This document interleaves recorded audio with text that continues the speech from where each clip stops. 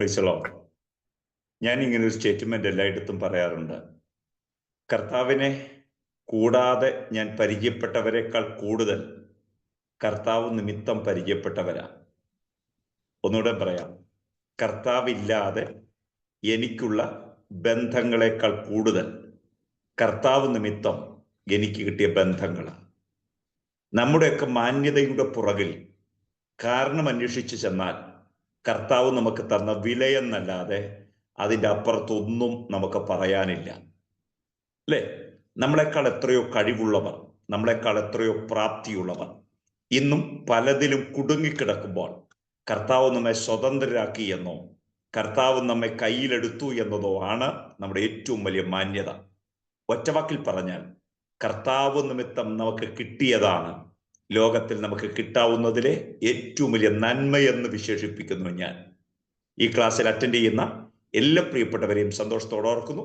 പ്രത്യേകിച്ച് നിങ്ങളുടെ പ്രാദേശിക സഭയുടെ ശുശ്രൂഷൻ പാസ്റ്റർ ബ്ലസ്സൻ വർഗീസ്, തൻ്റെ കുടുംബം, എൻ്റെയും ഗുരുവും, ഞങ്ങൾ ഒന്നിച്ച് പിന്നീട് ദൈവവചനം ഒരേ സ്ഥാപനത്തിൽ പഠിപ്പിച്ചിട്ടുള്ള ഈവൻ നിങ്ങളുടെ പാസ്റ്റർ ബ്ലസ്സന്റെ ചർച്ചിൽ എനിക്ക് മുമ്പ് ശുശ്രൂഷിച്ച് അദ്ദേഹത്തിന് ശേഷം ആ സ്ഥലത്തേക്ക് ദൈവവേലയുടെ ഭാഗമായി വരാനൊക്കെ എനിക്ക് അവസരം കിട്ടിയ എൻ്റെ മുൻഗാമിയായ പാസ്റ്റർ TS മാത്യുവിൻ്റെ സാന്നിധ്യത്തെയും സന്തോഷത്തോടെ ഓർക്കുന്നു.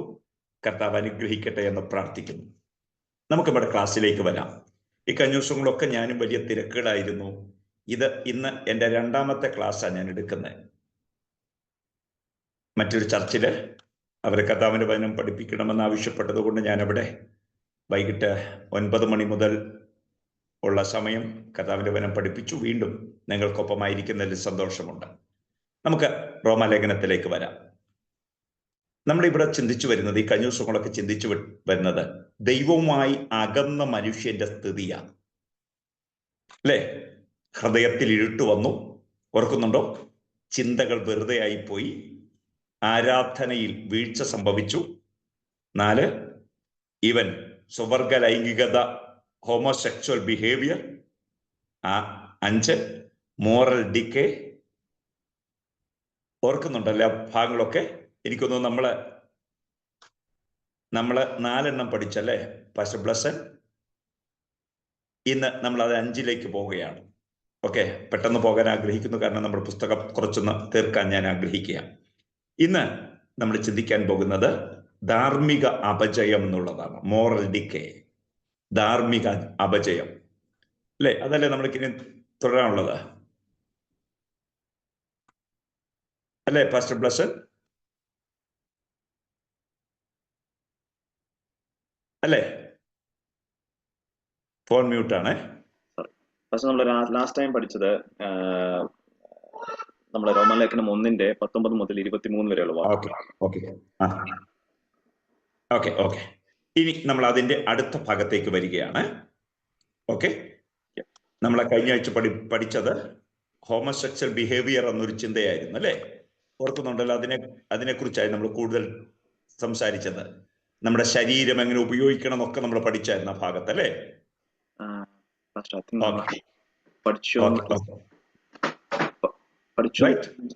നമ്മൾ ആക്ച്വലി പഠിച്ചത്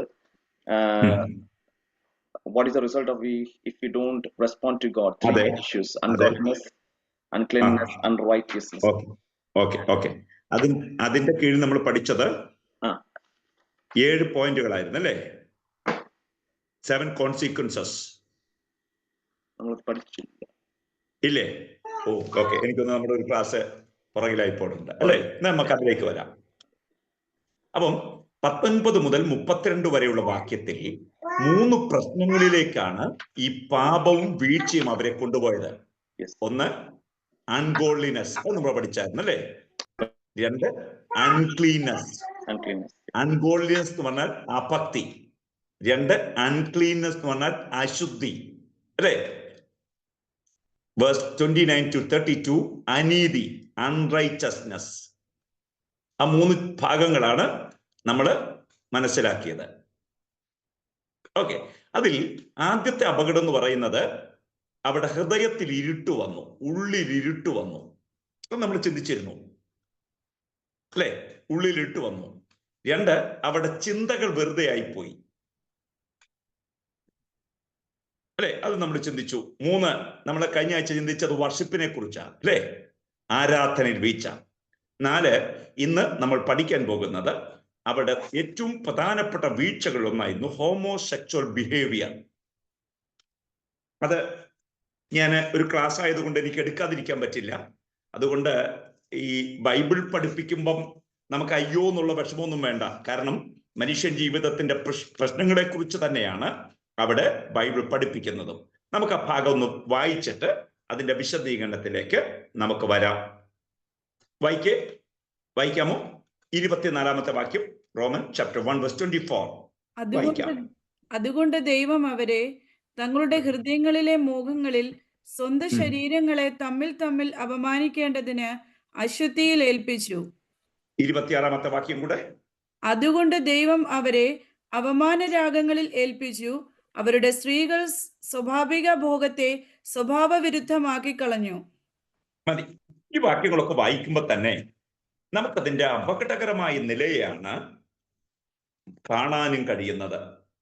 കേൾക്കണേ, നമ്മൾ എപ്പോഴും തിരിച്ചറിയണം, ദൈവത്തോടൊപ്പമുള്ള നമ്മുടെ ജീവിതം, ദൈവത്തോടടുത്ത നമ്മുടെ ജീവിതം നമ്മളെ ഒരിക്കലും താഴ്ത്തിക്കളയേല.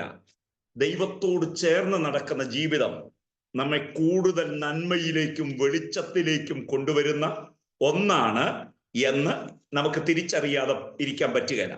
പക്ഷേ ദൈവത്തിൽ നിന്ന് അകന്നതോടുകൂടെ ഇവര് സംഭവിച്ചിരുന്ന ഏറ്റവും പ്രധാനപ്പെട്ട പ്രശ്നങ്ങളിലൊന്ന് അവരുടെ ജീവിതത്തെ സംഭവിച്ചിരിക്കുന്ന വലിയൊരു വൈരുദ്ധ്യത്തിലേക്ക് വന്നു. എന്താണ് ഇവിടുത്തെ പ്രശ്നം? വേദപുസ്തകം പറയുന്ന ആ വാക്ക് അടുത്ത വാക്യങ്ങളിൽ കൂടെ ചേർത്ത് പറയുമ്പം ദൈവം അവർക്ക് വെച്ച ആ വ്യവസ്ഥകളിൽ നിന്ന് അവർ മാറിപ്പോയി. എന്റെ മുമ്പിലുള്ള എല്ലാ പ്രിയപ്പെട്ടവർക്കും അറിയാവുന്ന ചില വിഷമതകൾ തന്നെയാണ് ഞാൻ ഇവിടെ പങ്കുവയ്ക്കാൻ ആഗ്രഹിക്കുന്നതും. അവന് സംഭവിച്ച വലിയ വിഷമതകളിലൊന്ന് അവിടെ ഹോമോസെക്ഷൽ ബിഹേവിയറിലേക്ക് അവർ മാറിപ്പോയി എന്നുള്ളതാണ് ഈ ജനതയെ ദൈവം കൈവിട്ടതിന്റെ ഏറ്റവും വലിയ വിഷമതകളിലൊന്ന്. കേൾക്കൂ, ദൈവം ഈ പ്രകൃതിയിൽ വെച്ച 3 ക്രമങ്ങളെ നാം തിരിച്ചറിയണം. ഒന്ന്, ദൈവം ഈ ഭൂമിയിൽ ഒരു നാച്ചുറൽ ഓർഡർ വെച്ചിട്ടുണ്ട്. നമ്മൾ ചിന്തിച്ചിട്ടോ എന്നറിയില്ല. there is a natural order for this universe. ദൈവം ഈ പ്രകൃതിയിൽ ഒരു നാച്ചുറലായ ഓർഡർ വെച്ചിട്ടുണ്ട്. അത് പ്രകൃതിക്കുമുണ്ട്, അത് മനുഷ്യനുമുണ്ട്. അപ്പൊ ഈ ഭൂമിയെ നിലനിർത്താൻ ദൈവം വെച്ചിരിക്കുന്ന ഒരു നാച്ചുറലായ ഓർഡർ ഇവിടെ ഉണ്ട്. 2, there is a spiritual order. ദൈവം ഈ ഭൂമിയിൽ ഒരു ആത്മീക ക്രമം ദൈവം വെച്ചിട്ടുണ്ട്. അപ്പം ഒന്ന്, ഒരു നാച്ചുറൽ ഓർഡർ. നമുക്കതറിയണമെങ്കിൽ ഈ പ്രകൃതിയെ നോക്കിയാൽ മതി. എന്തുകൊണ്ടാണ് ഈ ഭൂമി ഇതുപോലെ മുമ്പോട്ട് പോകാൻ കാരണം? നമുക്കറിയാം, there is a natural order set by God. ദൈവത്താൽ ഒരു സ്വാഭാവികമായ ക്രമം ഈ ഭൂമിയിൽ വെച്ചിട്ടുണ്ട്, അല്ലെ? 2, there is a spiritual order. ദൈവം ഒരു ആത്മീക ക്രമം ഈ ഭൂമിയിൽ വെച്ചിട്ടുണ്ട്. നമ്മുടെ അകത്ത് ദൈവം തന്നിരിക്കുന്ന ബോധ്യങ്ങൾ നമ്മെ ദൈവത്തിങ്കലേക്ക് കൂടുതൽ അടുപ്പിക്കുന്നതാണ്. നമ്മുടെ അകത്ത് ദൈവം തന്നിരിക്കുന്ന ബോധ്യങ്ങൾ കൂടുതൽ നമ്മെ ദൈവത്തിങ്കലേക്ക് അടുപ്പിക്കുന്നതാണ്. അത് ദൈവം വെച്ച ഓർഡറാണ്. ഒന്ന്, there is a natural order. 2, there is a spiritual order. 3rd one, there is a moral order. ദൈവം ഈ ഭൂമിയിൽ ഒരു ധാർമ്മിക ക്രമം വെച്ചിട്ടുണ്ട്. എന്നാൽ നിർഭാഗ്യവശാൽ മനുഷ്യൻ പാപത്തിലേക്ക് പോയതോടുകൂടെ ഈ ഓർഡറുകൾ മുഴുവൻ തെറ്റി. സഹോദരങ്ങളെ, ഒരു കാര്യം എല്ലാവരും തിരിച്ചറിയാതെ പോകരുത്. സ്വർഗത്തിലെ ദൈവം ഈ ഭൂമിയിൽ വെച്ച ക്രമങ്ങളെ തെറ്റിക്കാൻ പിശാച് ഏതു കാലത്തും ശ്രമിക്കും. പക്ഷെ ഞാനും നിങ്ങളും ഫൈറ്റ് ചെയ്യേണ്ടത്, ഞാനും നിങ്ങളും നിൽക്കേണ്ടത് ദൈവം ഈ പ്രകൃതിയിൽ വെച്ച ഒരു ക്രമത്തിനു വേണ്ടി ജീവിക്കേണ്ടതിനാണ്. പാപം ഈ ഓർഡറുകളെ മുഴുവൻ തെറ്റിച്ചു. കേൾക്കുന്നോ? അവരുടെ ദോഷവശങ്ങളിലേക്ക് അവർ പോയി. ഇനി നമ്മൾ ഈ പ്രധാനപ്പെട്ട കാര്യത്തിലേക്ക് കടന്നു വരികയാണ്. ഇന്നത്തെ ഈ ഒരു ക്ലാസ് അതിനുവേണ്ടി ഞാൻ മാറ്റുന്നു. എന്താണ് സ്വവർഗിക ലൈംഗികത അഥവാ ഹോമോസെക്ഷൽ ബിഹേവിയർ? ഇന്ന് ലോകത്തെ അപകടകരമായ ഒരു നിലയിലേക്ക് വന്നുകൊണ്ടിരിക്കുന്ന ഒരു പ്രശ്നത്തെയാണ് ഇന്ന് രാത്രി ഞാനിവിടെ ഡീൽ ചെയ്യാൻ ആഗ്രഹിക്കുന്നത്. ചില കാര്യങ്ങൾ ഓപ്പണായി പറയുന്നു, അതിൽ നിങ്ങളത് മനസ്സിലാക്കണം എന്ന് ഞാൻ സ്നേഹത്തോടെ ഓർപ്പിക്കുകയാണ്. പ്രിയപ്പെട്ടവരെ, ദൈവം വെറുക്കുന്ന തിന്മകളിൽ ഒന്നാണ് ഇങ്ങനെയുള്ള ഈ ഒരു പ്രകൃതമെന്ന് നമ്മൾ തിരിച്ചറിയാതെ പോകരുത്. കാരണം ഞാൻ നേരത്തെ പറഞ്ഞതുപോലെ ദൈവം വെച്ച ഒരു നാച്ചുറൽ ഓർഡറിനെ തെറ്റിച്ചുകൊണ്ട് ആ ഓർഡറിനെ ഇല്ലാതെയാക്കി ദൈവം വെറുക്കുന്ന ചിലതിലേക്ക് മനുഷ്യനെ കൊണ്ടുപോകുന്ന പാപത്തിന്റെ തീവ്രമായ ഒരു കാലത്താണ് ഞാൻ നിങ്ങൾ നിൽക്കുന്നത്. ദൈവം വെച്ച ഓർഡർ അതിനെ തിരുത്തുന്നു. എന്താ ദൈവം വെച്ച ഓർഡർ? ഒരു പുരുഷൻ ഒരു സ്ത്രീയെ വിവാഹം കഴിക്കണം, ഒരു സ്ത്രീ ഒരു പുരുഷനെ വിവാഹം കഴിക്കണം.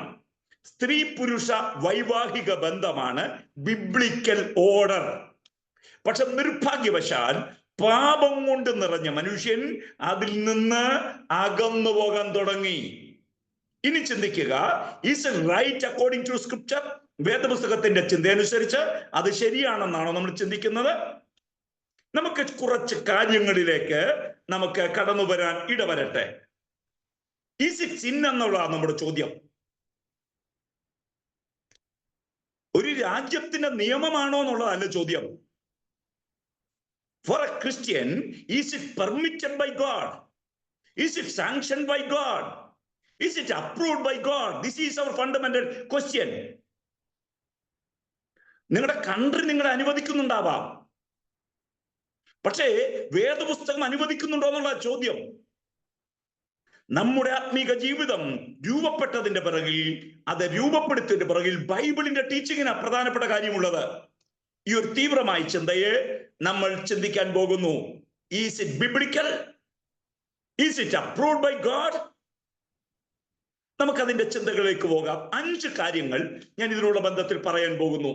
ഒന്ന്, 1 കൊരിന്ത്യർ ചാപ്റ്റർ 6, 1 കൊരിന്ത്യർ ലേഖനം 6-ാം അധ്യായം 9, 10 വാക്യങ്ങൾ നമുക്ക് പ്രാരംഭമായിട്ട് വായിക്കാം. 1 കൊരിന്ത്യർ ചാപ്റ്റർ 6 വേഴ്സ് 9 and 10 വാക്യങ്ങൾ ഒന്ന് വായിക്കണേ. ഇന്ന് കുറച്ച് വാക്യങ്ങൾ വായിച്ച് നമുക്കതിനെ വിശദീകരിക്കാൻ ആഗ്രഹിക്കുന്നു. അന്യായം ചെയ്യുന്നവർ ദൈവരാജ്യം അവകാശമാക്കിയില്ല എന്ന് അറിയുന്നില്ലയോ? നിങ്ങളെ തന്നെ വഞ്ചിക്കാതിരിപ്പീൻ.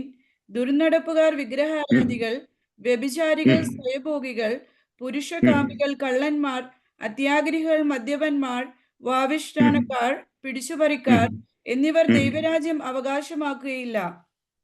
മതി, അവിടെ കണ്ടോ? എന്താ നമ്മൾ പറഞ്ഞു വരുന്ന കാര്യം? പാപം മനുഷ്യനെ തകർത്തു കളഞ്ഞു, അൺക്ലീൻ ആക്കി മാറ്റി.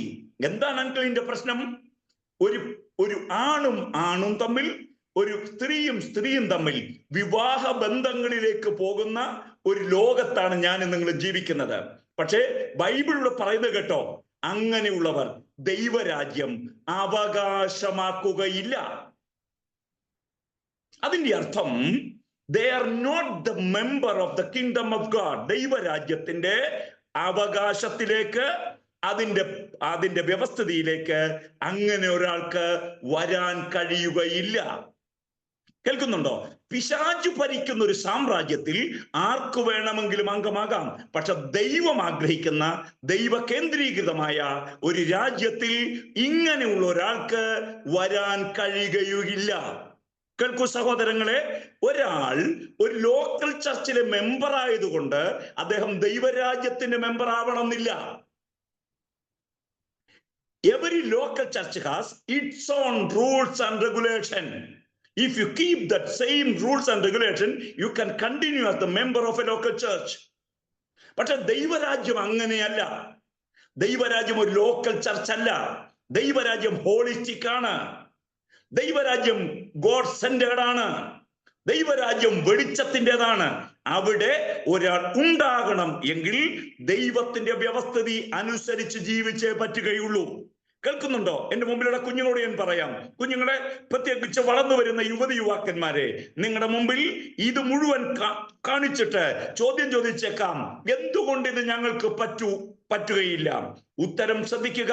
കർത്താവ് പറയുക, അങ്ങനെ ഒരൊറ്റ ഒരാൾ പോലും എന്റെ രാജ്യത്തിൽ കാണുകയില്ല.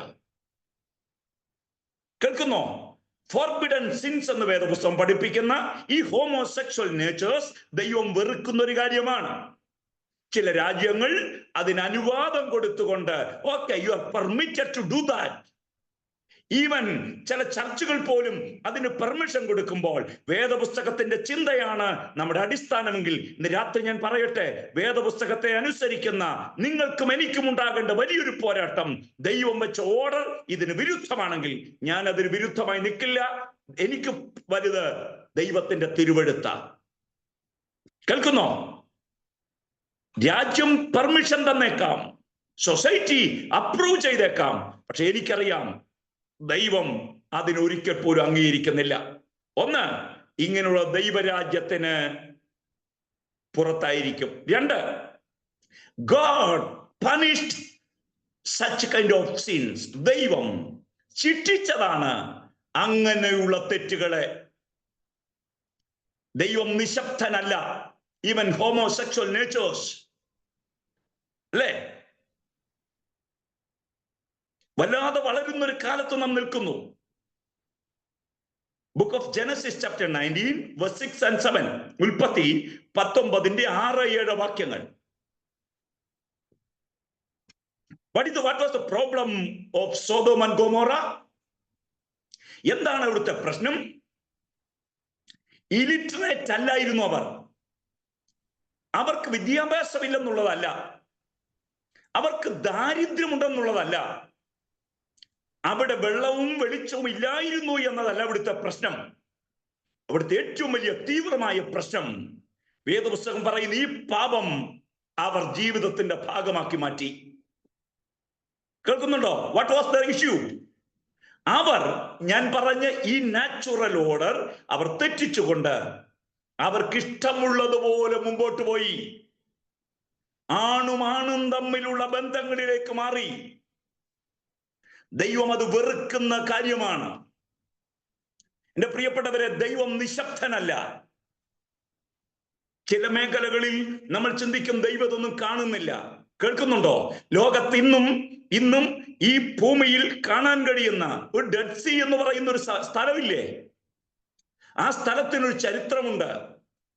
വേദപുസ്തകത്തിന്റെ ചിന്തയും പഠിപ്പിക്കലും അനുസരിച്ച് സൊദോം ഗൊമോറ എന്ന് പറയുന്ന സ്ഥലങ്ങളിൽ ദൈവത്തിന്റെ കോപത്തിന്റെ പ്രതിഫലനമായിരുന്നു ഇന്നും നിർജീവമായ ഡെഡ് സീ. ഡെഡ് സീ എന്ന് പറയുന്ന ചാവുകടൽ, ജീവന്റെ തുടിപ്പില്ലാത്ത ഒരു കടൽ. എന്തേ കാരണം?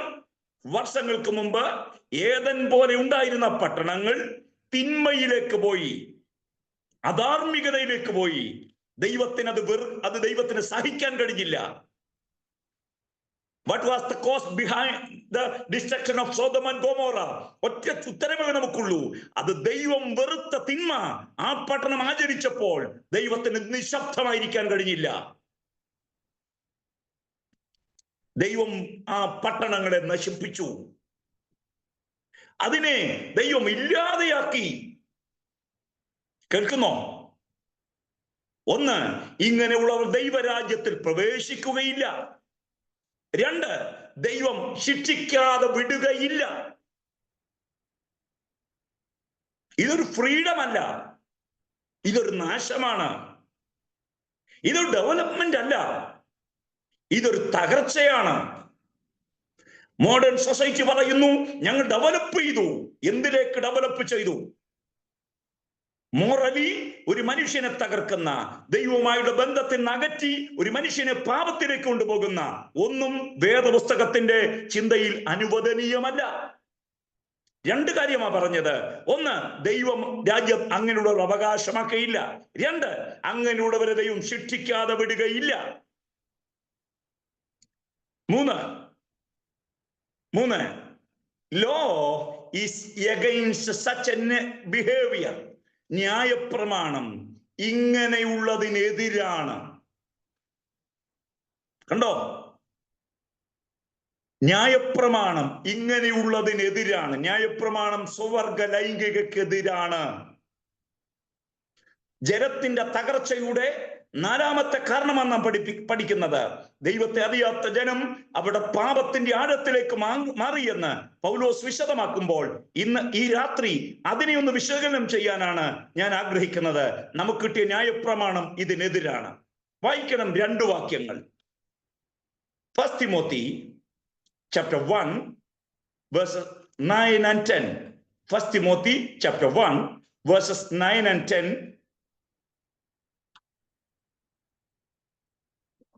വായിക്കാവോ?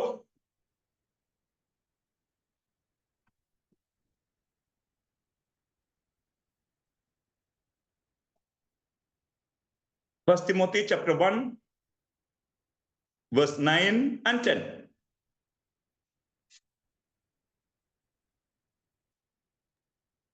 ആരെങ്കിലും വായിച്ചോളൂ.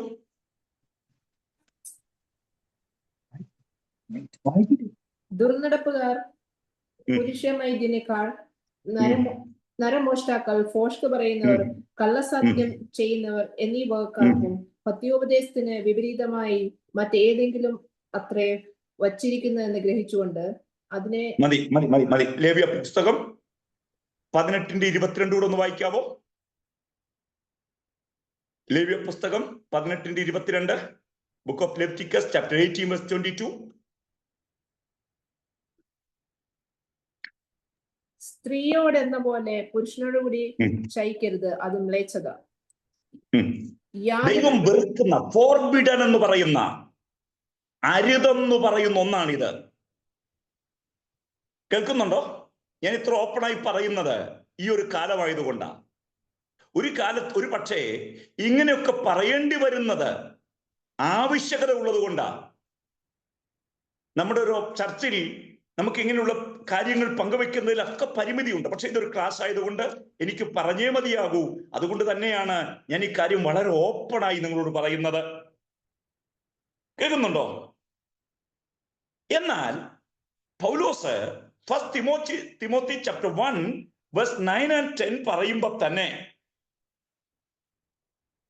അതിന്റെ പുറകിൽ ചിലർ ഇതിനു വേണ്ടി ആർഗ്യൂ ചെയ്തു.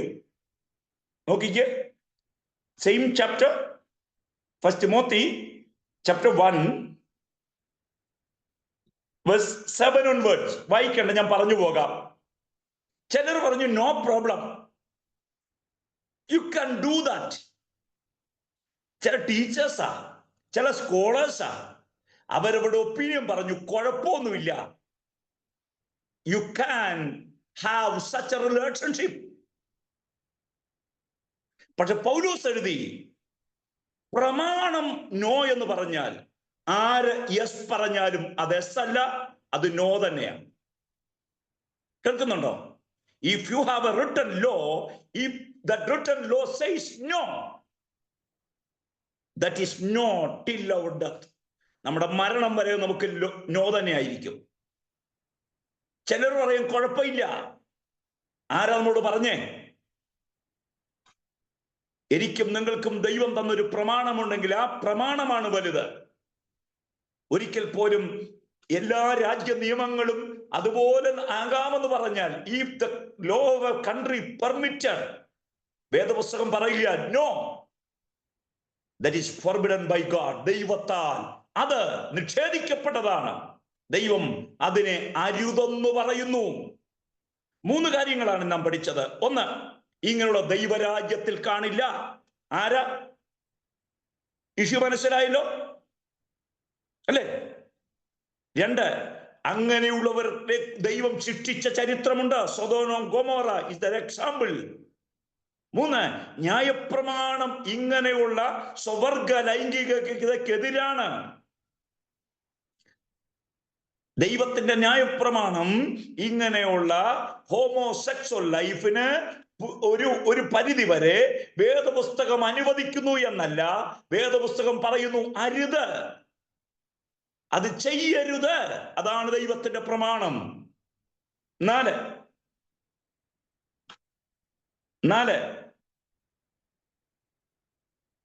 പുതിയ നിയമം നൽകുന്ന വാണിങ്ങിൽ ഒന്നാണിത്. Warning. Warning means do not commit എന്ന് പറയുന്ന ഒരു വാക്കുണ്ട്. അരുത്, ചെയ്യരുത്. വാണിംഗ് എന്ന് പറയുന്നത് മനസ്സിലായല്ലോ, മുന്നറിയിപ്പ്. മലയാളത്തിൽ അങ്ങനെയാ വാണിംഗിന് പറഞ്ഞത്, മുന്നറിയിപ്പ്. നിങ്ങൾ എവിടെയെങ്കിലും ഒരു സ്ലിപ്പറിയായ റോഡിലൂടെ പോകുമ്പോൾ അവിടെ ഒരു വാണിംഗ് ബോർഡ് കാണാം. It is A slippery road, അല്ലെ? എവിടെയെങ്കിലും അപകടം പിടിച്ച ഒരു വഴി കൂടെ പോകുമ്പോൾ അവിടെ പറയുന്നു it is A narrow road. ഇതിനൊക്കെ വാണിംഗ്, വേദപുസ്തകം നൽകുന്ന വാണിംഗിന്റെ ഒന്നാണ് ഇങ്ങനെയുള്ള കാര്യങ്ങൾ ചെയ്യരുത് എന്നുള്ളത്. നോക്കിയേ, ബുക്ക് ഓഫ് ജൂഡ്, യൂദയുടെ ലേഖനം, verse 7, ഒറ്റ ചാപ്റ്ററേ ഉള്ളൂ, അതുകൊണ്ട് ബുക്ക് ഓഫ് ജൂഡ് verse 7 വായിക്കണ്ട, ജസ്റ്റ് നോട്ട് ചെയ്ത് പോയിക്കോളൂ. It is warning against such a practice. Scripture warns against such practice. ഇങ്ങനെയുള്ള പ്രാക്ടീസുകൾക്കെതിരെ വേദപുസ്തകം ശക്തമായ മുന്നറിയിപ്പ് തരികയാണ്. അരുത്.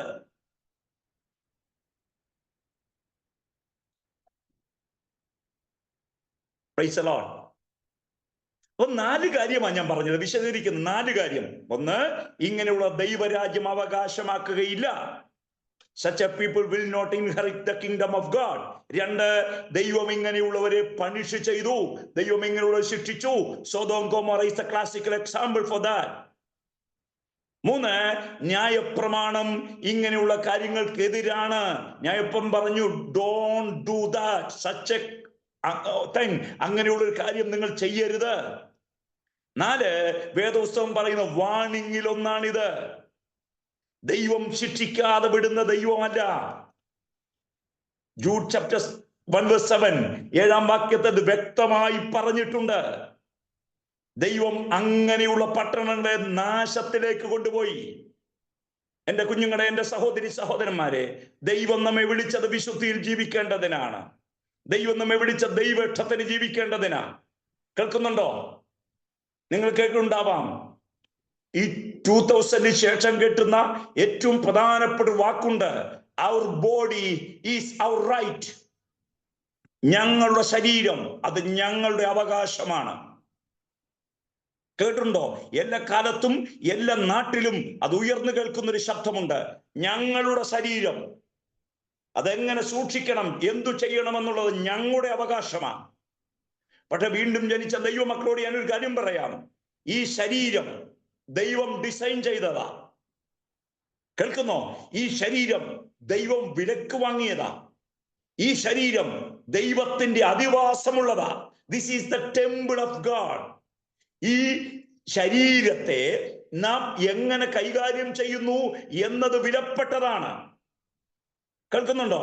ദൈവം വിശുദ്ധനാണെങ്കിൽ വിശുദ്ധനായ ദൈവത്തെ ഒരു മനുഷ്യൻ ആരാധിക്കുമ്പോൾ അവന്റെ ശരീരവും വിശുദ്ധമാവണം.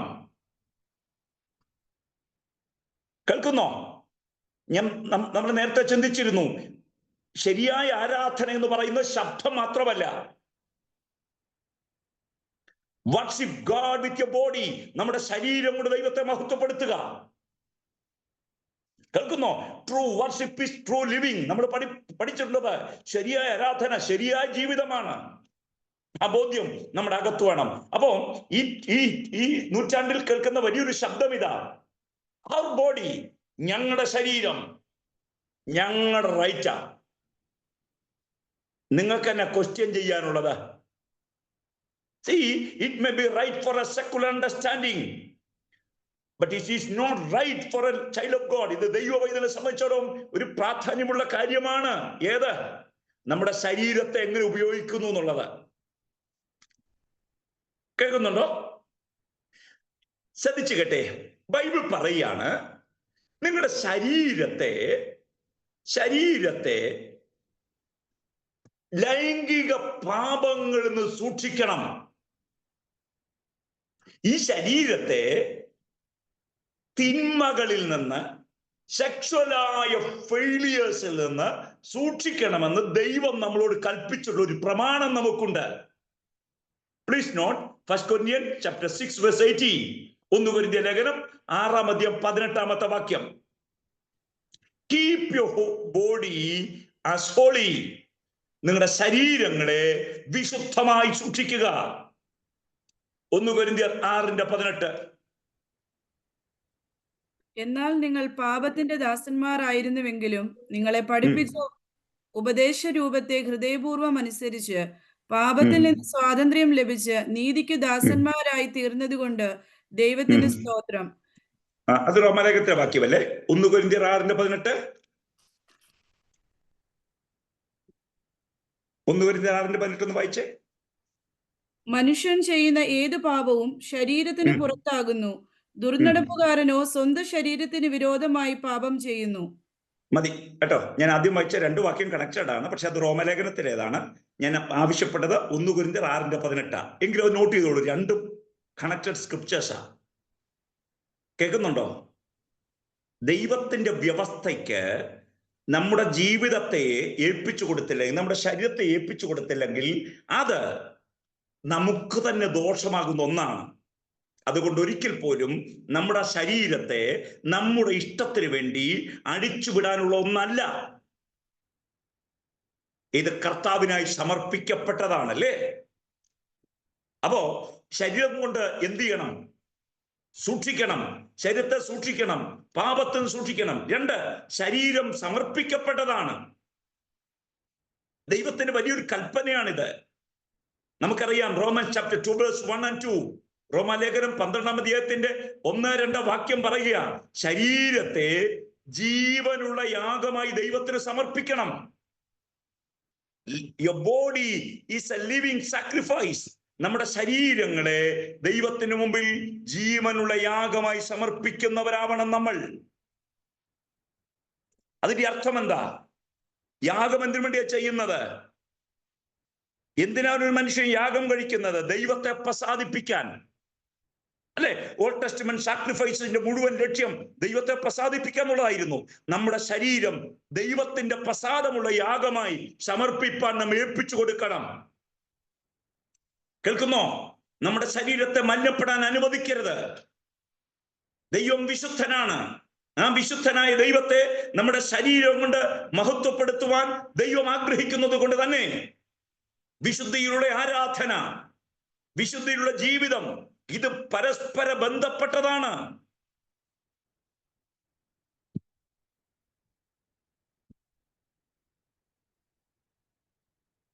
ശരീരത്തെ സൂക്ഷിക്കാത്തൊരു മനുഷ്യന് ദൈവപ്രസാദമുള്ള ഒരു ആരാധന കഴിക്കാൻ പറ്റുകയില്ല. ഒന്നുകൂടെ പറയാം, ശരീരത്തെ സൂക്ഷിക്കാത്തൊരു മനുഷ്യന് ദൈവപ്രസാദമുള്ള ഒരു യാഗം കഴിപ്പാൻ, ആരാധന കഴിക്കാൻ പറ്റുകയില്ല. ദൈവം പ്രസാദിക്കുന്ന ഒരു ആരാധന ആർക്ക് പറ്റും? തന്റെ ശരീരത്തെ സൂക്ഷിക്കുന്നയാൾക്ക്. 1 Corinthians chapter 3, 1 കൊരിന്ത്യർ ലേഖനം 3-ാം അധ്യായം 16-17 വാക്യങ്ങൾ. 1 കൊരിന്ത്യർ ലേഖനം 3-ാം അധ്യായം 16-17 വാക്യങ്ങൾ. നിങ്ങൾ ദൈവത്തിന്റെ മന്ദിരം എന്നും ദൈവത്തിന്റെ ആത്മാവ് നിങ്ങളിൽ വസിക്കുന്നു എന്നും അറിയുന്നില്ലയോ? ദൈവത്തിന്റെ മന്ദിരം നശിപ്പിക്കുന്നവനെ ദൈവം നശിപ്പിക്കും. ദൈവത്തിന്റെ നമ്മുടെ ശരീരം അത് ടെമ്പിളാണ്, ദൈവത്തിന്റെ വാസസ്ഥലവാ. കേൾക്കുന്നോ? ദൈവത്തിന്റെ വാസസ്ഥലം. നിങ്ങളൊന്ന് ആലോചിച്ച് നോക്കേ. ഒരു രാജ്യത്തെ പ്രധാനപ്പെട്ടയാൾ താമസിക്കുന്ന വീട്, ആ വീടിന്റെ അരികിലൂടെ പോകുന്നവർ ശ്രദ്ധിക്കപ്പെടുന്നു. അതിലേക്ക് എന്തെങ്കിലും മാലിന്യം വലിച്ചെറിയുന്നവരെ ഒന്ന് ചിന്തിച്ചു നോക്കേ. വെറുതെ വിടുവോ? ഏതെങ്കിലും ഒരു വലിയ മനുഷ്യൻ താമസിക്കുന്ന വീടിന്റെ കോമ്പൗണ്ടിലേക്ക് ഒരു മനുഷ്യൻ വേസ്റ്റ് വലിച്ചെറിഞ്ഞൊന്ന് ചിന്തിച്ചു നോക്കേ. ഒരു മനുഷ്യൻ താമസിക്കുന്ന ഇടത്തേക്ക്, വലിയൊരു അധികാരി താമസിക്കുന്ന ഇടത്തേക്ക് ഒരു വേസ്റ്റ് ഇട്ടാൽ ആ മനുഷ്യനെ വെറുതെ വിടുവോ? സകലത്തിന്റെയും ഉടമസ്ഥനായ മഹാരാജാവിന്റെ ടെമ്പിളായത്. ഇത് തിന്മ നിറയ്ക്കാനുള്ളതല്ല, ഇത് പരമാർത്ഥതയോടെ മുമ്പോട്ട് കൊണ്ടുപോകേണ്ടതിനുള്ളതാ. ക്ലിയർ ആണോ? ഞാൻ പറഞ്ഞ ഡോക്ട്രിൻ, ബിബ്ലിക്കൽ ഡോക്ട്രിനാ പറഞ്ഞത്. ഞാൻ പറഞ്ഞ 4-5 കാര്യങ്ങൾ ഒന്നുകൂടെ പറയാം. ഒന്ന്, ഞാൻ പറഞ്ഞത് ഇങ്ങനെയുള്ള ദൈവരാജ്യം അവകാശമാക്കുകയില്ല. രണ്ട്, ഞങ്ങൾ പറഞ്ഞു, നിങ്ങൾ ഓർക്കുന്നുണ്ടാവാം, രണ്ടാമത്തെ ചിന്ത നിങ്ങളുടെ അകത്ത് കിടക്കട്ടെ. എന്താ രണ്ടാമത്തെ ചിന്ത ഞാൻ പറഞ്ഞത്? ഇങ്ങനെയുള്ള ഒരു കാര്യത്തെയും ദൈവം ശിക്ഷിക്കാതെ വിടുകയില്ല. Remember Sodom and Gomorrah. 3, ന്യായപ്രമാണം ഇങ്ങനെയുള്ള കാര്യത്തിന് എതിരാണ്. 4, പുതിയ നിയമം ഇങ്ങനെയുള്ള കാര്യത്തെ വാൺ ചെയ്യുന്നു. Don't do that. Don't repeat that. Don't partake in such an unwanted thing. അങ്ങനെയുള്ള ഒരു കാര്യത്തിൽ പങ്കാളിയാവരുത്. അല്ലേ? അതിനോട് ചേർത്ത് ഞാൻ നൽകിയ വിശദീകരണമാണ് നമ്മുടെ ബോഡിയുടെ വിശദീകരണം. ഇത് ദൈവത്തിൻ്റെതാണ്, ഇത് ദൈവത്തിന്റെ മന്ദിരമാണ്. അകന്നു നിൽക്കണം. ഒരിക്കലും ദൈവം വെറുക്കുന്ന ഒരു കാര്യത്തിന് വേണ്ടി നമ്മുടെ ശരീരത്തെ ഏൽപ്പിച്ചു കൊടുക്കരുത്. കേൾക്കൂ, നാളുകളിൽ നിങ്ങൾ നേരിടുന്ന വലിയൊരു ചോദ്യം, എന്തുകൊണ്ട് എനിക്ക് ചെയ്തുകൂടാ? ഉത്തരം നിങ്ങൾ കൊടുക്കണം. കാരണം എന്റെ ദൈവം ഇതിനെതിരാണ്. കേൾക്കുന്നോ? ദൈവം പെർമിറ്റ് തരാത്ത ഒന്നിന് ഞാൻ പോവില്ലെന്ന് പറയുന്നതല്ലേ നമ്മുടെ separation. If you stand alone for the kingdom of God, for the sake of God, I tell you, God is there with you. നിങ്ങൾ ദൈവത്തിന് വേണ്ടി മാറി നിന്നാൽ നിങ്ങൾ ഒറ്റയ്ക്കല്ല, ദൈവം നിങ്ങളുടെ കൂടെ കാണും. അതാ ദൈവത്തിന്റെ പ്രമാണം. ക്ലിയർ? ഇനി ഞാൻ മുമ്പോട്ട് പോകുന്നു. അതേ ടോപ്പിക്കിൽ തന്നെ കുറച്ച് കാര്യം കൂടെ നമുക്ക് ചിന്തിക്കാനുണ്ട്. 4 കാര്യങ്ങൾ നമ്മോട് എപ്പോഴും ചോദിക്കണം. ഏത് കാര്യം ചെയ്യുമ്പോഴും, പ്രത്യേകിച്ച് ഇങ്ങനെയുള്ളൊരു കാര്യം ചെയ്യുമ്പോൾ നമ്മൾ 4 കാര്യങ്ങൾ നമ്മളോട് തന്നെ ചോദിക്കണം. 1, ഞാൻ ഇങ്ങനെ ഒരു കാര്യം ചെയ്താൽ, ഉദാഹരണത്തിന് ഞാൻ ഈ പറഞ്ഞ ഇഷ്യൂ തന്നെ നമ്മൾ എടുക്കുക, സെയിം സെക്സ് മാരേജ്, അല്ലെ? സ്വവർഗ വിവാഹം. അതിൽ ഒത്തിരി ടേംസ് ഉണ്ട്. ആ ടേംസിലേക്കൊന്നും ഞാൻ പോകുന്നില്ല. നിങ്ങൾക്ക് മനസ്സിലാക്കാൻ വേണ്ടി മാത്രം ഞാൻ പറയുന്നു. പുരുഷൻ പുരുഷനെയും സ്ത്രീ സ്ത്രീയെയും വിവാഹം കഴിച്ച് ഒന്നിച്ച് ജീവിക്കുന്ന ഒരു വ്യവസ്ഥിതിക്ക് വേദപുസ്തകം എതിരാണെന്ന് പറയാനാണ് ഞാൻ ഈ പറഞ്ഞു വരുന്ന മുഴുവൻ. അങ്ങനെയുള്ള ഒരു കാര്യം വല്ലാതെ വളരുമ്പോൾ നിങ്ങൾ ചോദിക്കേണ്ടുന്ന ചോദ്യങ്ങൾ 4 എണ്ണമുണ്ട്. 1, ഞാനൊരു കാര്യം ചെയ്യുന്നത് കൊണ്ട് അത് എനിക്ക് പ്രയോജനമാകുമോ? Is it profitable for me? അല്ല, കുറച്ചുകൂടെ ചോദിക്കുക, is it profitable for my spiritual life? ഞാൻ ഇങ്ങനെ ഒരു കാര്യം ചെയ്താൽ അതിന്റെ ആത്മീക ജീവിതത്തിന് ഗുണകരമാകുമോ? 1 Corinthians chapter 6 verse 12. 1 കൊരിന്ത്യർ 6:12. പൗലോസ് പറയുക, പലതും എനിക്ക് ആവാം, പക്ഷെ ചോദ്യം, ഇതെനിക്ക് ദോഷം ചെയ്യുവോ ഗുണം ചെയ്യുവോ? Is it profitable? എന്റെ വിശുദ്ധ ജീവിതത്തിന് ഞാൻ ഈ ഒരു കാര്യം ചെയ്യുന്നത് ദോഷം ഉണ്ടാക്കുവോ? കേൾക്കുന്നോ? എന്റെ ദൈവമായുള്ള ബന്ധത്തെ നശിപ്പിക്കുവോ?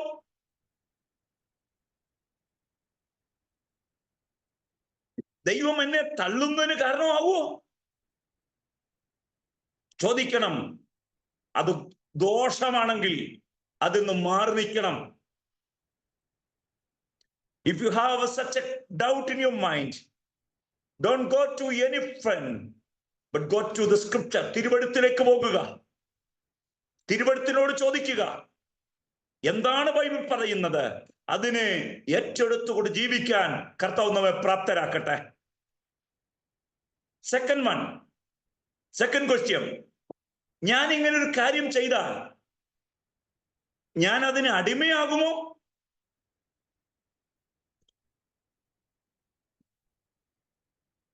ഞാൻ ഇങ്ങനെ ഒരു കാര്യം ചെയ്താൽ ഞാൻ അതിന് അടിമയാകുമോ?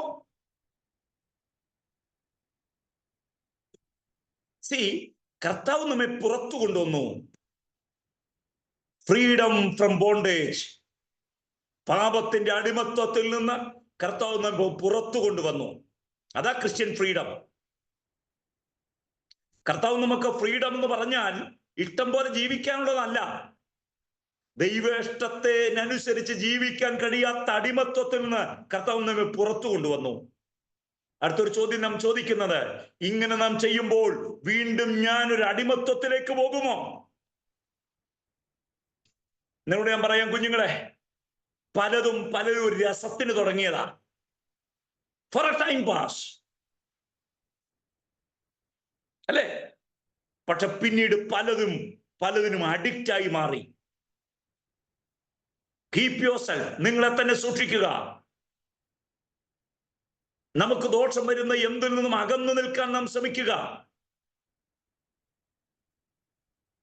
ഒരിക്കൽ പോലും ദൈവം നമ്മുടെ അടിമത്വത്തെ കാണാൻ ആഗ്രഹിക്കുന്നില്ല. ഞാൻ 1-2 കാര്യങ്ങളിലൂടെ ചേർത്ത് പറയാം.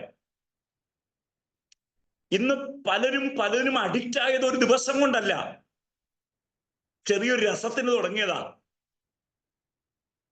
ചെറിയൊരു തമാശക്ക് തുടങ്ങിയതാ. പക്ഷെ അത് വളർന്നു. കുറെ കഴിഞ്ഞപ്പോൾ അതിന് അടിമകളായി ഒത്തിരി പേര് മാറി. ഞങ്ങളോട് പറയട്ടെ, ദൈവം വെറുക്കുന്ന ഒന്നിന്റെയും അടിമയായി ജീവിക്കാനുള്ളവരല്ല നമ്മൾ. ദൈവം നമ്മെ പാപത്തിന്റെ അടിമത്വത്തിൽ നിന്ന് പുറത്തു കൊണ്ടുവന്നവരാ. ക്രിസ്ത്യൻ ഫ്രീഡം എന്ന് പറഞ്ഞാൽ തോന്നുന്നത് മുഴുവൻ ചെയ്യാനുള്ളതല്ല, ദൈവേഷ്ടം ചെയ്യാനുള്ള ഫ്രീഡമാ കർത്താവ് നമുക്ക് തന്നത്. പിശാചിന്റെ അധികാരത്തിൽ നിന്ന് കർത്താവ് തന്റെ അധികാരത്തിലേക്ക് നമ്മെ കൊണ്ടുവന്നു. അതുകൊണ്ട് ചോദിക്കണം, കർത്താവേ, അടിമത്വത്തിലേക്ക് പോകുന്ന ഒന്നിലേക്കും പോകാതെ ജീവിക്കാൻ എന്നെ സഹായിക്കുമാറാകണമേ. അതേതുമാവട്ടെ, അത് നകന്നു നിൽക്കാൻ നമുക്ക് ഇടവരുന്ന ഒന്നായി മാറണം. തേർഡ് ക്വസ്റ്റ്യൻ, ഞാനിത് ചെയ്യുന്നത് കൊണ്ട് ദൈവനാമത്തിന് മഹത്വം വരുമോ അതോ ദൈവനാമത്തിന് ദോഷം വരുമോ? ഒന്ന്, ഞാനിത് ചെയ്യുന്നത് കൊണ്ട് എനിക്ക് പ്രയോജനമുണ്ടാകുമോ അതോ എന്നെ നശിപ്പിക്കുമോ? 2, ഞാൻ ഈ ഒരു കാര്യം ചെയ്താൽ ഞാനതിന് അടിമയാകുമോ? 3-ാമത്തെ ക്വസ്റ്റ്യൻ, ഞാനിത് ചെയ്യുന്നത് കൊണ്ട് ദൈവത്തിന്റെ നാമത്തെ മഹത്വപ്പെടുത്തുവോ അതോ താഴ്ത്തുവോ? 1 Corinthians chapter 10 verse 3, 1 Corinthians 10:3. വാക്യം വായിക്കുന്നില്ല, ഞാൻ ജസ്റ്റ് ഒന്ന് നോട്ട് ചെയ്ത് പോകാൻ പറയുന്നതേ ഉള്ളൂ. 1 Corinthians 10:3.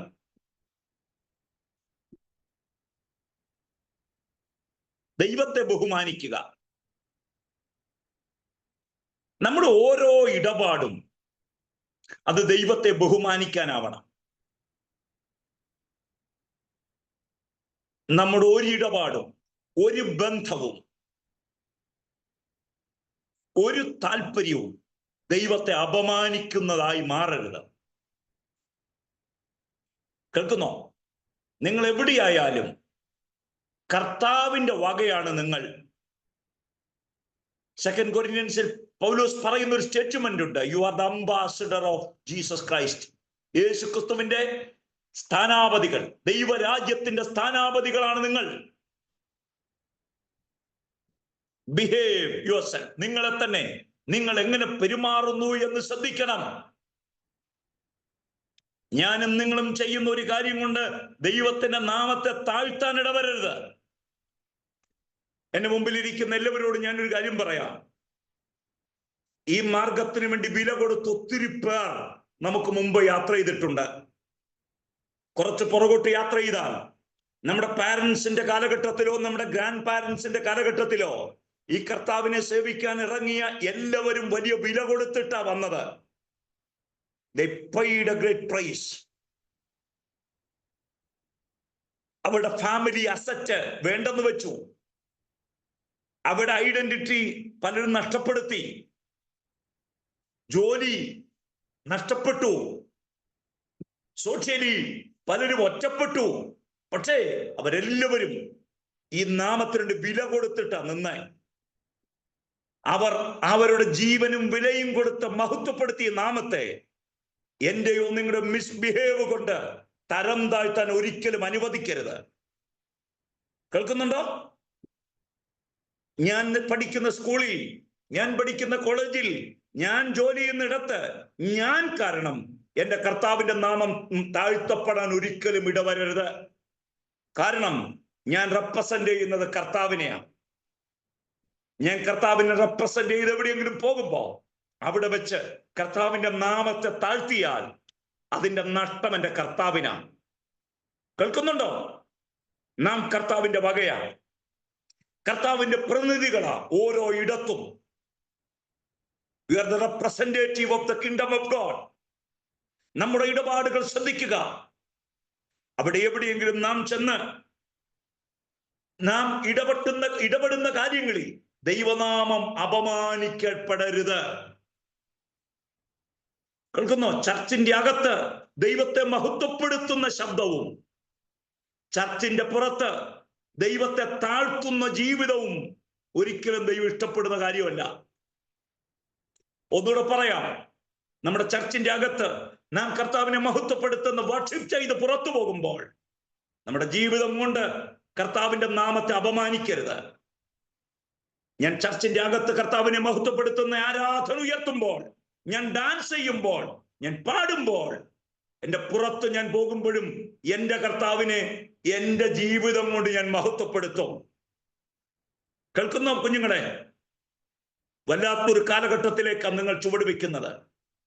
നിങ്ങളുടെ ചുറ്റുപാടും കാണുന്ന പലതും നിങ്ങളെ സ്വാധീനിക്കാൻ സാധ്യതയുള്ളപ്പോൾ കർത്താവ് പറയുക, ഞാൻ നിന്നെ വിളിച്ചത് എന്റെ നാമത്തെ താഴ്ത്താനല്ല, എന്റെ നാമത്തെ ആവോളം ഉയർത്തേണ്ടതിനാണ്. കുഞ്ഞുങ്ങളോടൊന്ന് മാത്രമല്ല, എല്ലാവരോടുമുള്ള എന്റെ ശബ്ദം ഇതാ. നാം വെളിച്ചത്തിന്റെ മക്കളാണ്. വെളിച്ചവും ഇരുളും കോംപ്രമൈസ് ചെയ്യാൻ ഒരിക്കലും തയ്യാറാവില്ല. ഒരിക്കലും അത് പൊരുത്തപ്പെട്ടു പോകില്ല. നമ്മൾ വെളിച്ചമാണ്. നമ്മൾ ദൈവരാജ്യത്തിന്റെ പ്രതിനിധികളാണ്. നമ്മൾ ജയത്തിന്റെ പങ്കാളികളാണ്. ഒരിക്കൽ പോലും മറ്റൊന്നുമായി കോംപ്രമൈസ് ചെയ്ത് നമ്മുടെ ക്രിസ്ത്യൻ ഐഡന്റിറ്റിയെ നശിപ്പിക്കരുത്. പോകുന്നിടത്ത് മുഴുവൻ ദൈവത്തിന്റെ നാമത്തെ ഉയർത്തണം. ഒന്നാമത്തെ ചോദ്യം, ഞാൻ ഇത് ചെയ്യുന്നത് കൊണ്ട് എനിക്ക് പ്രയോജനം വരുമോ അതോ എന്നെ നശിപ്പിക്കുവോ?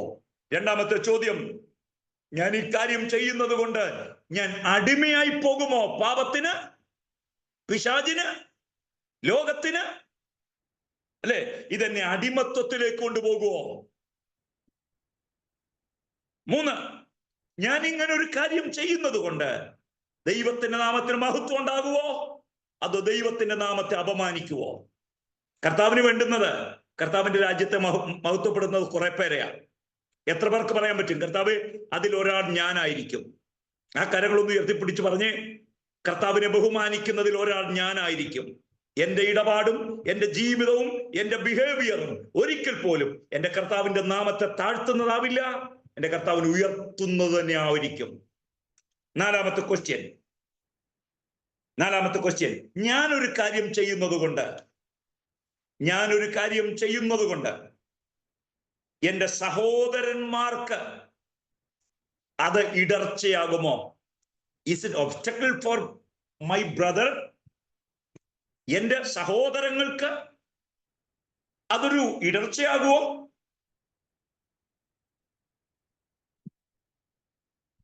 First Corinthians chapter 8 verse 13. 1 കൊരിന്ത്യർ 8:13.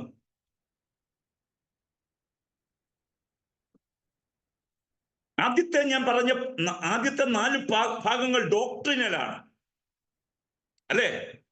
ന്യായപ്രമാണത്തിനെതിരാണ്, ദൈവം ശിക്ഷിക്കുന്നതാണ്, ദൈവരാജ്യത്തിൽ അവർ ഉണ്ടാകുകയില്ല, വേദപുസ്തകം വാൺ ചെയ്യുന്നു. ഇതൊക്കെ ഡോക്ട്രിനലാണ്. ഞാനിപ്പോ പറയുന്നത് പ്രാക്ടിക്കൽ ക്വസ്റ്റ്യൻസ് 4 പറഞ്ഞത്.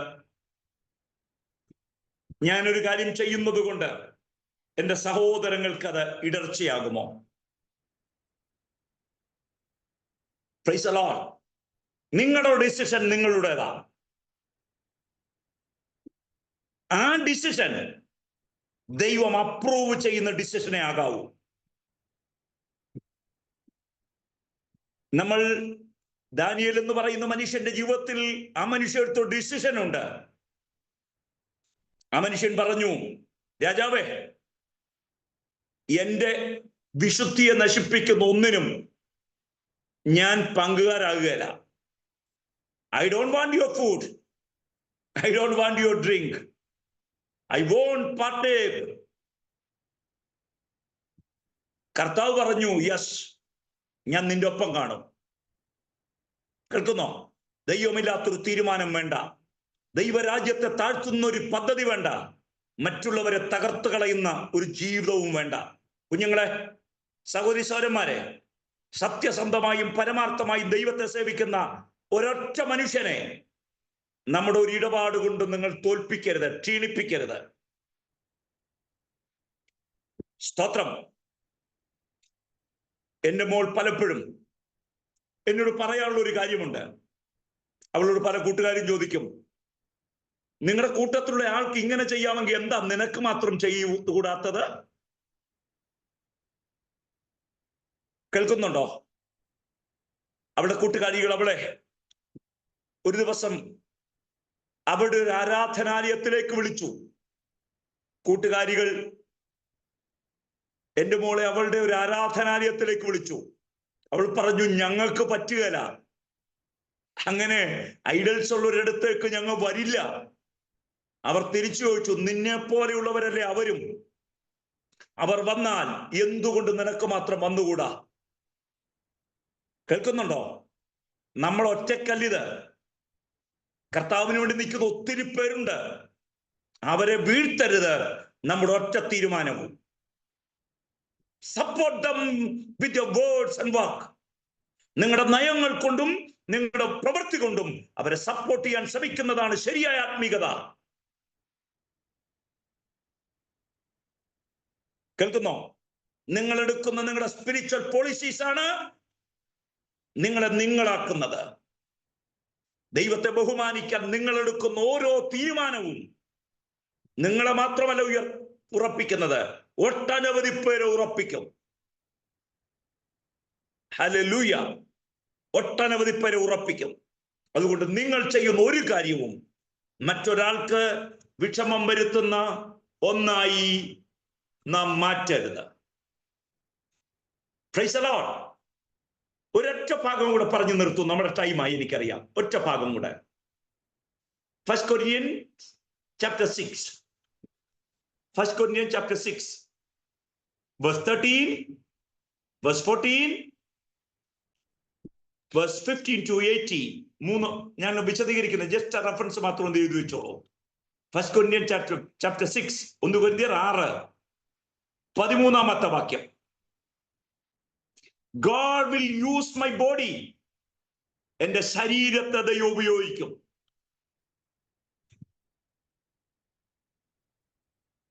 ദൈവം എന്റെ ശരീരത്തെ ഉപയോഗിക്കും. 13 വാക്യം. ദൈവം എന്റെ ശരീരത്തെ ഉപയോഗിക്കും. വാക്യം 14.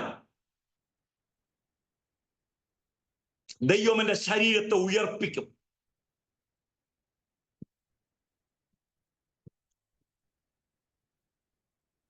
കേൾക്കൂ. കർത്താവിന് വേണ്ടി ശരീരത്തെ വിശുദ്ധമായി സൂക്ഷിച്ചാൽ ഒന്നാമത്തെ കാര്യം, ദൈവം നമ്മളെ ഉപയോഗിക്കും. ദൈവത്തിന് വേണം വിശുദ്ധമായ ജീവിതം സൂക്ഷിക്കുന്നവരെ ദൈവം ഉപയോഗിക്കും. കേൾക്കുന്നോ? Chapter 6 verse 14, 6:14.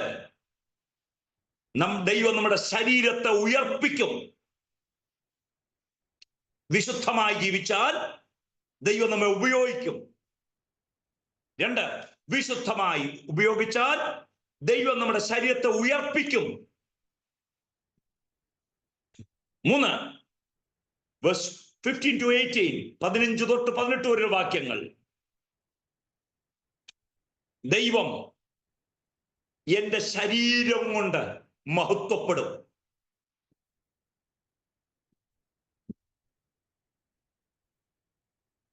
ദൈവം എന്റെ ശരീരം കൊണ്ട് മഹത്വപ്പെടും. ആ വാക്ക് ഞാൻ പറഞ്ഞു നിർത്താം. നമ്മുടെ ശരീരത്തെയും ജീവിതത്തെയും സൂക്ഷിക്കാൻ നമുക്ക് കഴിഞ്ഞാൽ, 1, എന്റെ ശരീരത്തെ ദൈവം ഉപയോഗിക്കും, ദൈവത്തിന്റെ ഒരു ആയുധമാക്കി മാറ്റും. 2, എന്റെ ശരീരത്തെ ദൈവം ഉയർപ്പിക്കും. 3, എന്റെ ശരീരം കൊണ്ട് എന്റെ ദൈവത്തെ മഹത്വപ്പെടുത്തും. കേൾക്കുന്നോ? ഞാൻ ആ വാക്കൊന്നുകൂടെ പറഞ്ഞു നിർത്താം. എന്റെ ശരീരം എന്റെ അവകാശം എന്ന് പറയുമ്പോ നിങ്ങൾ തിരിച്ചു പറയണം, അല്ല, എന്റെ ബോഡി ദൈവത്തിന്റെ അവകാശത്തിൽപ്പെട്ടതാ. ദൈവം എന്നെ ഉപയോഗിക്കണം. ദൈവം എന്നെ ഉയർപ്പിക്കണം. മാത്രമല്ല എൻ്റെ ശരീരം കൊണ്ട് ദൈവത്തെ മഹത്വപ്പെടുത്തുവാൻ എനിക്കിടവരും. കേൾക്കുന്നോ? കർത്താവിന് വേണം കർത്താവിന് വേണ്ടി നിൽക്കുന്നവരെ, കർത്താവിന് വേണം കർത്താവിന് വേണ്ടി മാറി നിൽക്കുന്നവരെ. അപ്പൊ എൻ്റെ ചോദ്യം ഇതാണ്, പാപം കൊണ്ട് മനുഷ്യനിൽ ഉണ്ടായ വലിയ തിന്മ എന്ന് പറയുന്നത് ലൈംഗിക പാപമാണ്. ദൈവം വെറുക്കുന്ന തിന്മകളിലേക്ക് മനുഷ്യൻ പോയി. ദൈവത്തിന്റെ വ്യവസ്ഥകളിൽ അവൻ മാറിപ്പോയി. ഹോമോസെക്ഷൽ ബിഹേവിയറിന് അവൻ അടിമയായി മാറി. പക്ഷെ വീണ്ടും ജനിച്ച ഞാൻ നിങ്ങളും തിരിച്ചറിയണം, fight against such A evil. അങ്ങനെയുള്ള തിന്മകൾക്കെതിരെ യുദ്ധം ചെയ്യാനാണ് കർത്താവിനെ വിളിച്ചത്. കേൾക്കുന്നുണ്ടോ? അതിൽ പങ്കാളികളാകരുത്. കർത്താവിന് വേണ്ടി നിൽക്കുക. സ്തോത്രം. പാപം ഒരു മനുഷ്യനെ ഇങ്ങനെ ഉപയോഗിക്കുമ്പോൾ, പാപമോചനം ഒരു മനുഷ്യനെ ദൈവത്തിനോട് ഉപയോഗിക്കപ്പെടുന്ന ഒന്നായി മാറും. സന്തോഷത്തോടെ പറഞ്ഞേ, സന്തോഷത്തോടെ പറഞ്ഞേ, കർത്താവിനെ ഉപയോഗിക്കും, കർത്താവിനെ ഉയർപ്പിക്കും. ഈ ശരീരം കൊണ്ട് ഞാൻ കർത്താവിന്റെ നാമത്തെ മഹത്വപ്പെടുത്തും. കർത്താവ് അനുഗ്രഹിക്കട്ടെ. വീണ്ടും നമുക്ക് കാണാം അടുത്ത ക്ലാസ്സിൽ. നാം വീണ്ടും ജനിച്ചവർ കർത്താവിന്റെ വക ശക്തരായി നിൽക്കുക. ഈ കാലഘട്ടത്തിൽ യുദ്ധം ചെയ്യുക തിന്മയ്ക്കെതിരെ. കർത്താവ് നമ്മെ പ്രാപ്തരാക്കട്ടെ. Thank you pastor Blessan and team.